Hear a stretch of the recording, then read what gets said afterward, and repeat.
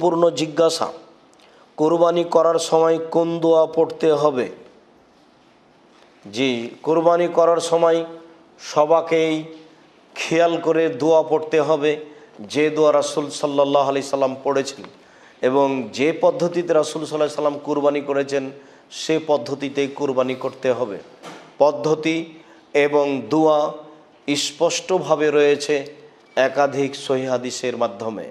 আনাস রাদিয়াল্লাহু তাআলা আনহু বলেন, জাহা রাসূলুল্লাহ সাল্লাল্লাহু আলাইহি সাল্লাম বেকাবসাইনা আমলাহাইনা আকরানাইনে।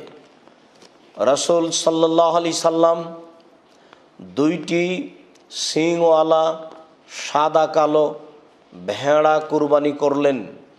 জাবাহুমা বিয়াদিহি, তিনি নিজে হাতে কুরবানি করলেন। ওয়াসাম্মা ও কাব্বারা, তিনি আল্লাহর নাম নিয়ে আল্লাহু আকবার বলে কুরবানি করলেন। আনাস রাদিয়াল্লাহু তাআলা আনহু বলেন, আমি দেখলাম তিনি তার পা কুরবানির পশুর চোয়ালের উপরে রাখলেন। তখন তিনি বলছিলেন, বিসমিল্লাহ আল্লাহু আকবার। বুখারী মুসলিম। অত্র হাদিসে স্পষ্ট প্রমাণ হয় যে পশু জবে করার সময়, কুরবানির পশু জবে করার সময় বলতে হবে বিসমিল্লাহ আল্লাহু আকবার। তবে কুরবানির পশু জবে করার সময় বিসমিল্লাহ আল্লাহু আকবার বলার পরে এইভাবে দোয়া পড়া উত্তম হবে।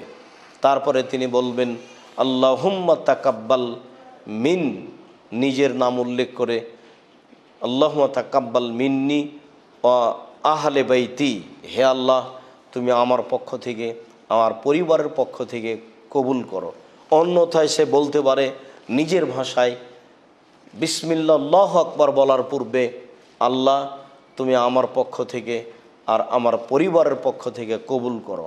অথবা বিসমিল্লাহ আল্লাহু আকবার বলার পরে বলবে, আল্লাহ তুমি আমার পক্ষ থেকে আর আমার পরিবারের পক্ষ থেকে কবুল করো, এই বলে ছুরি গলায় দিবে। সম্মানিত দর্শক মণ্ডলী, আমরা আশা করছি যে আপনারা বিষয়টি খুব ভালোভাবে স্পষ্ট হয়েছেন।